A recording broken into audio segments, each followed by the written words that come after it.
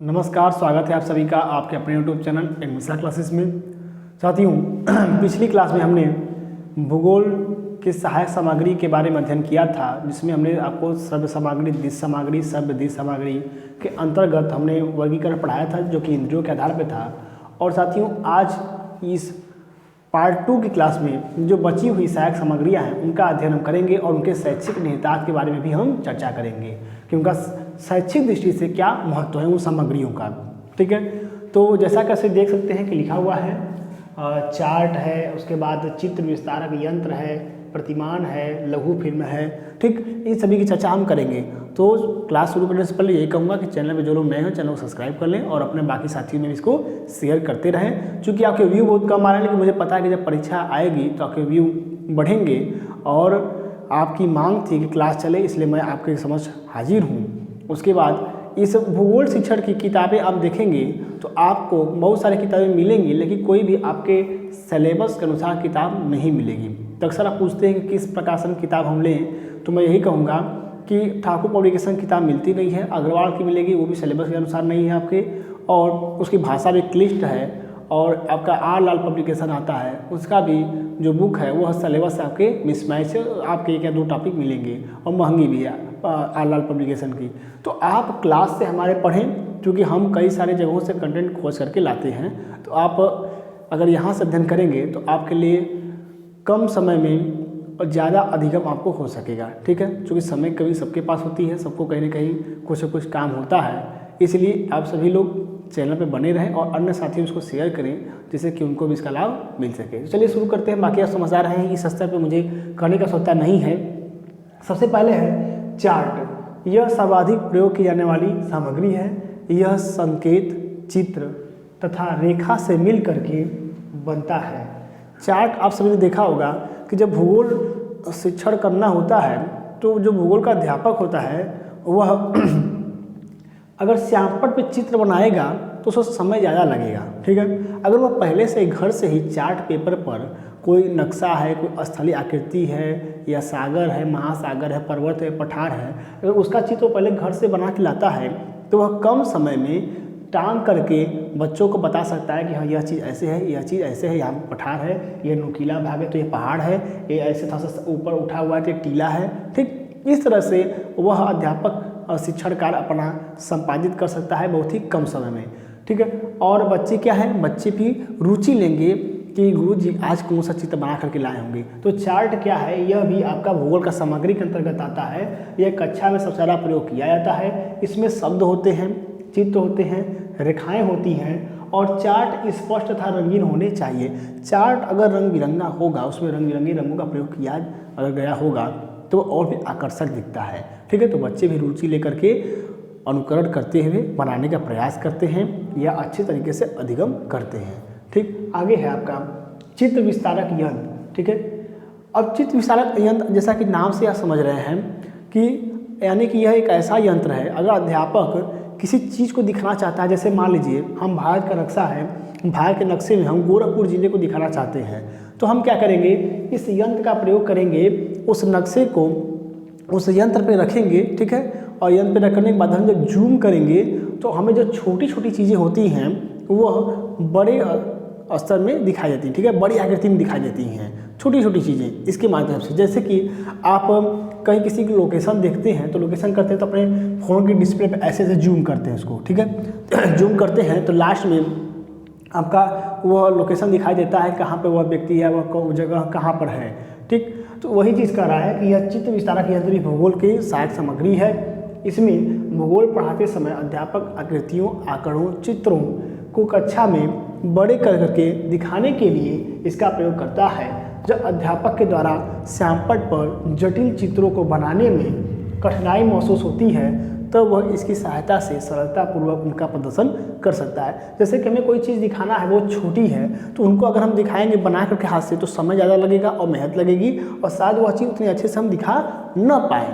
ठीक है, उसकी सही जगह पे हम श्यामपट्ट पे बना रहे हैं भारत का नक्शा और वहाँ पे हमें दिखाना कर्नाटक कहाँ पे है। ठीक है, या फिर हमें वाराणसी का मुख्यालय दिखाना है तो हम सही जगह से एग्जैक्ट जगह नहीं दिखा सकते, जबकि हम इसके माध्यम से बनी बनाई हुई चित्रों को या बने बनाए हुए चार्ट को या बने बनाए हुए नक्शे को जूम करके और अच्छे से दिखा सकते हैं। ठीक है। इससे कम समय में शीघ्रता से अधिक अधिगम कराया जा सकता है तथा छात्र इसमें रुचि लेते हैं। ठीक, वो भी देखते हैं कैसे जूम हो रहा है, क्या बता रहे हैं सर, तो बच्चे भी रुचि लेते हैं। आगे है प्रतिमान। प्रतिमान का मतलब कि मॉडल। आप मॉडल से परिचित होंगे। मॉडल आजकल देखेंगे आप तो कक्षा 3 से ही या 2 से ही मॉडल बनवाए जाते हैं। विद्यालय में मॉडल की प्रदर्शनी भी लगती है। ठीक है, तो मॉडल क्या होता है देखेंगे, समझेंगे इसको हम। प्रतिमान वास्तविक वस्तुओं का त्रिआयामी छायाचित्र होता है।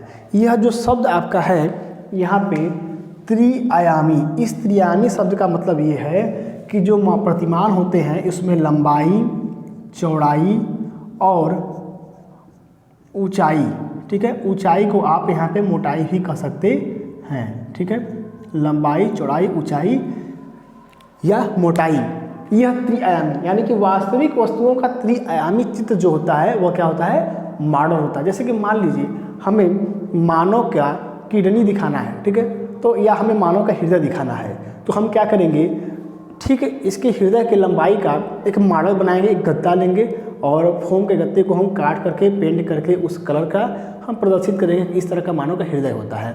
तो यह क्या होगा, जब हम दिखाएंगे तो उसमें लंबाई होगी, चौड़ाई होगी और ऊंचाई होगी।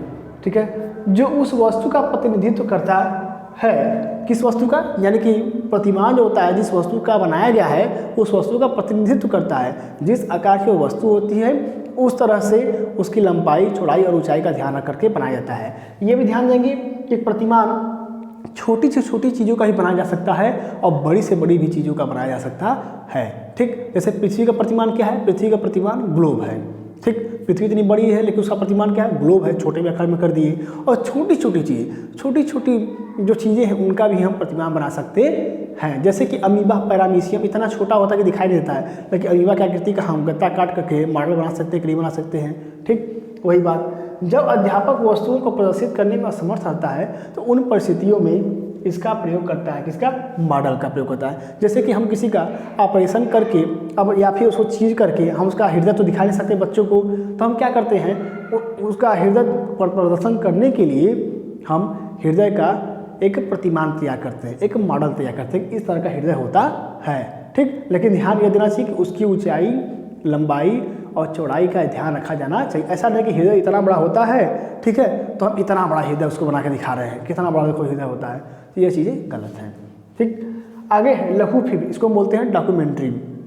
लघु फिल्म क्या होता है, सबसे पहले समझिए कि जैसे सिनेमा और लघु फिल्म में अंतर ये होता है, सिनेमा में जो अभिनय होता है वो अभिनेता करते हैं, यानी वहाँ पे हीरो जो होते हैं वह आपका एक्टिंग करते हैं, हीरो हीरोइन एक्टिंग करते हैं। जबकि डॉक्यूमेंट्री में क्या होता है कि जो वास्तविक चीज़ें होती हैं, जो तथ्यपूर्ण घटनाएं होती हैं उनका प्रदर्शन किया जाता है। उसमें हीरो हीरोइन नहीं होते हैं, जो वास्तव में हो रहा है उसी का प्रदर्शन किया जाता है डॉक्यूमेंट्री के द्वारा।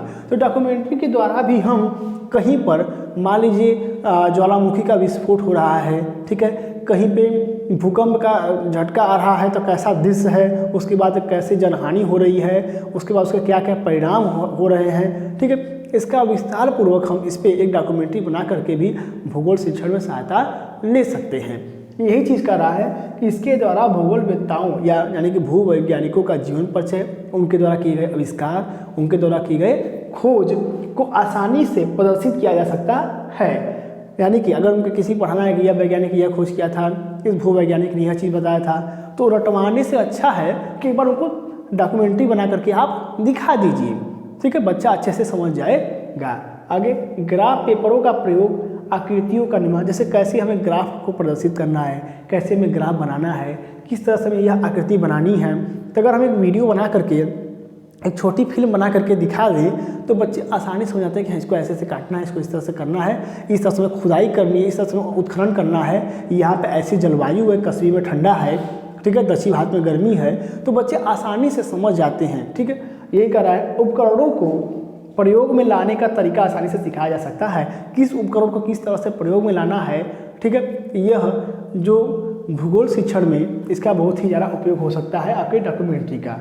ठीक है, तो इस तरह से आपने भूगोल की सामग्री में चार्ट, चित्र विस्तारक यंत्र, प्रतिमान, लघु फिल्म, उसके बाद बाकी अन्य भी चीज़ें हैं जो कि हमने पिछले क्लास में बताई हैं, इसको भी समझा।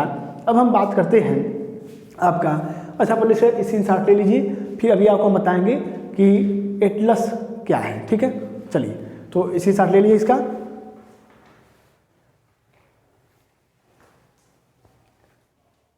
चलिए हो गया होगा, ठीक है।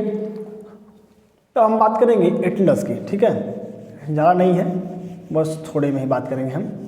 देखिए एटलस क्या होता है, जैसे ग्लोब होता है ठीक उसी तरह का होता है एटलस, ठीक है। एटलस, एटलस भी एक किताब टाइप का होता है, ठीक है। किताब में नक्शे छपे होते हैं और नक्शों में कई सारी से जल संधि है, ठीक है, उसके बाद स्थल की संधि है, मतलब वायु मार्ग है, स्थल मार्ग है, कई सारी रेखाएं खींची गई होती हैं। ग्लोब पे देखेंगे तो ग्लोब उतना संभव दिखाना नहीं है, लेकिन एटलस पे बहुत सारी चीज़ें दिखाना संभव होता है। अगर एटलस की हम बात करें तो इटली का जो एटलस होता है वह बहुत ही प्रसिद्ध है और वह नंबर 1 पे चल रहा है, इटली का एटलस। उसका दूसरा नंबर आता है ब्रिटेन के एटलस का, ठीक है। लेकिन यह तो हो गई विश्व स्तर की बात। भारत में किसका एटलस चल रहा है, तो भारत में जो एटलस है वह जॉनसन, ठीक है, भारत में जो एटलस है वह जॉनसन का एटलस प्रसिद्ध है, जिसका कि नाम है, आप लोग के पास हो सकता है हो भी, ठीक है। जॉनसन की जो एटलस है कि Atlas for Indian school, Atlas for Indian school जो यह जॉनसन का है यह बहुत ही फेमस है भारत में, ठीक है। एटलस फॉर इंडियन स्कूल यह किताब होती है, लगभग 40 या 45 पन्ने की किताब होती है। इसमें बहुत सारे रेखा चित्र, मानचित्र महाद्वीपों के, भारत देश का इस तरह का बना होता है, ठीक है। यह भी क्या होता है, अभी आपके भूगोल शिक्षण की सहायक सामग्री के अंतर्गत आता है यह एटलस, ठीक। बाकी आप ग्लोब के बारे में जानते हैं, ग्लोब जो होता है पृथ्वी का एक प्रतिरूप होता है। पृथ्वी को हम नहीं दिखा सकते, लेकिन ग्लोब की सहायता से पृथ्वी पर कौन सा महासागर कैसा है, ठीक है, कौन सा महाद्वीप कहाँ पे स्थित है, इसके बारे में हम बता सकते हैं। तो आप आगे इसमें ग्लोब भी ऐड कर सकते हैं कि एक हो गया एटलस आपका और दूसरा हो गया ग्लोब, ठीक। तो यह सभी हो गए आपके शिक्षण सामग्री भूगोल के, ठीक। इस तरह से आपका यह पहला टॉपिक समाप्त होता है कि कक्षा स्तर पर भूगोल की सहायक सामग्री और उनका शैक्षिक निहितार्थ। ये हमने आपको सारी चीज़ें बता दी, कौन कौन सामग्रियाँ हैं और उनका शिक्षा के क्षेत्र में क्या योगदान है, क्या उनके फायदे हैं शैक्षिक क्षेत्र में, यानी भूगोल शिक्षण के क्षेत्र में, ठीक। तो अब यह क्लास समाप्त होती है। अगली क्लास है भूगोल का अर्थ, प्रकृति, विशेषता, महत्व। इस पे हम अगले क्लास में बात करेंगे, ठीक है। और क्लास सभी लोग समय समय से लेते रहिए और जो चीज़ न समझ वह कमेंट करके हमसे आप पूछ सकते हैं। धन्यवाद।